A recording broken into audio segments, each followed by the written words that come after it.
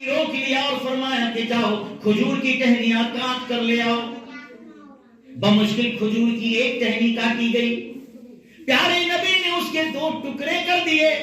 ایک ٹہنی کا ٹکڑا ایک قبر پہ گاڑ دیا، جبکہ دوسری ٹہنی کو دوسرے قبر کے اوپر ڈال دیا یا گاڑ دیا۔ آگے بڑھ گئے، اللہ کے نبی صلی اللہ علیہ وسلم سے صحابہ نے عرض کیا، اے اللہ کے نبی یہ کیا ہوا، کیا وجہ تھی، کیا بات ہوئی کہ آپ نے کھجور کی ٹہنیاں دونوں قبروں پہ ڈال دی؟ کہا اللہ کے نبی صلی اللہ علیہ وسلم نے فرمایا کہ ان دونوں قبر والوں کو قبر کے اندر عذاب ہو رہا،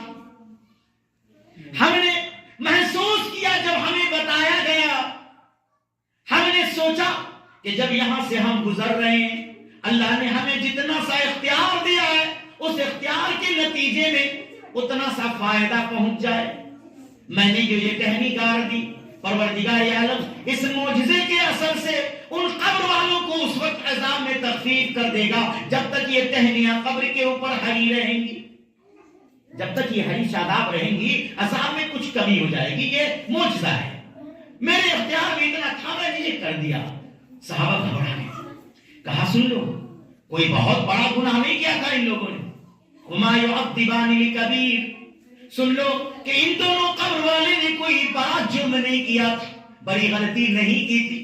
کوئی شرک کا کام بدعت کا کام نہیں کیا تھا، تعویذ گلے میں لٹکا کر نہیں گھومتا تھا، اپنے باہوں میں نہیں باندھ کر گھومتا تھا، سیپیاں اور دوسری چیزیں نہیں لٹکا لی تھی، قبروں کے طواف و سجدے نہیں کر لیے تھے، اس نے کوئی شرک کا کام نہیں کیا تھا، کوئی بڑا عظیم گناہ نہیں کیا تھا۔ ان میں سے ایک چغل خور تھا، ادھر کی بات ادھر، ادھر کی بات ادھر، اگر کسی نے کام میں کہا تو پیٹ پھل گیا، جب تک 10 آدمی کو نہ بتا دیں، بس ادھر کی ادھر کرنے میں چغل خوری میں لگا رہا، اسی کی سزا ہے یہ۔ اور دوسرا وہ آدمی ہے جو پیشاب کے چھینٹے سے نہیں بچتا تھا، پیشاب کا چھینٹا پڑ گیا تو پڑ گیا، کھڑے ہو کے پیشاب کیا چل دیا، پیشاب کیا طہارت نہیں لیا چل دیا، بس یہی تو قصور تھا اس آدمی کا، اتنی چھوٹی غلطی کی وجہ سے قبر میں عذاب۔ آج ہمارے بچے اگر اسکولوں میں پڑھ کر تطہیر کا طریقہ نہ جانے، اگر پیشاب کرنے کی کا طور طریقہ نہ جانے، اسی وجہ سے اگر قبر میں عذاب دیا جائے تو کون سا باپ کون سی ماں ہے جو اس عذاب کو برداشت کر لے کہ میرے لاڈلے کو قبر میں سزا دی جائے؟ اگر مولوی بن جاتا تو اس لاڈلے کو قبر میں وہ سزا نہ ہوتی، کیونکہ اسے تطہیر کا طریقہ معلوم ہے۔ تو آپ چاہتے ہیں کہ آپ کے بچوں کو ایسے سزا ہو؟ نہیں، یہ راستہ سب سے بہترین راستہ ہے، آئیے اس راستے کو مضبوطی کے ساتھ اپنائیں، اور جب دین سیکھ جائے، ایمان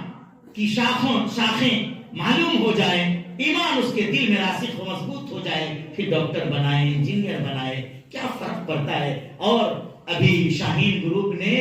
گرچہ اس کا کچھ طور طریقہ پر اعتراض ہے، ہم کو بھی اور بہت سارے علماء کو بھی، اس کا طور طریقہ عجب ہے، انوکھا ہے، وہ صحیح نہیں ہے، اندرونی کچھ طور طریقے، لیکن اس شاہین گروپ نے یہ ثابت کیا ہے اور اس پہ اس کا تجربہ ہے، وہ کیسے ہے کہ جو قرآن مجید کو حفظ کر لے اس کو ڈاکٹر بنانا بہت آسان ہو جاتا ہے، لہذا جب سے یہ انرائے لی،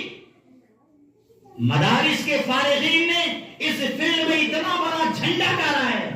کہ اس سے بلند کسی کا جھنڈا ہو ہی نہیں سکتا۔ ہر سال 10 20 علماء کرام MBBS نکالتے ہیں، اور آج چاہیے دہلی جامعہ کے اندر ہر فیکلٹی میں مدرسے کے فارغین نے سکہ جما لیا ہے، ہر فیکلٹی میں سب مدرسے سے پڑھ کے آئے ہوئے لوگ کہتے ہیں مدرسے میں پڑھ کے کیا کرو گے؟ مدرسے میں پڑھنے کے بعد عالم بنو گے، مدرسے میں پڑھنے کے بعد حافظ قرآن بنو گے، مدرسہ میں پڑھنے والے ڈاکٹر بھی بنیں گے، مدرسہ میں پڑھنے والے انجینئر بھی بنیں گے، آپ جو بنانا چاہتے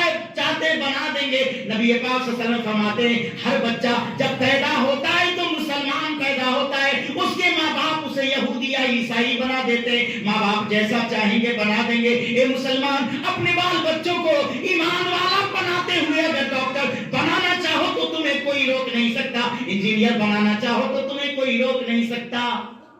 کون روک دے گا بھائی؟ ہمیں اختیار ہے، ہمیں اپنے بیٹے کو ڈاکٹر بنا لیں گے، آسان ہے۔ انشاءاللہ ان باتوں کو گرہ لگائیں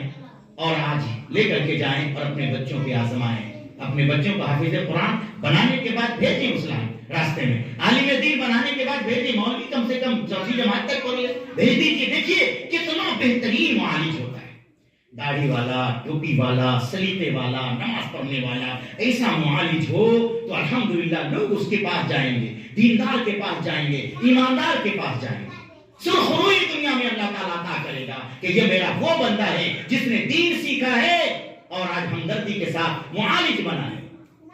تو سارے لوگ اس کے ہمدرد و بہی خواہ بن جائیں گے اور والدین کے لیے بھی وہ بہترین چیز ثابت ہوگی اور مغفرت کا سامان بنے گا. اللہ تعالیٰ سے دعا ہے کہ پروردگار عالم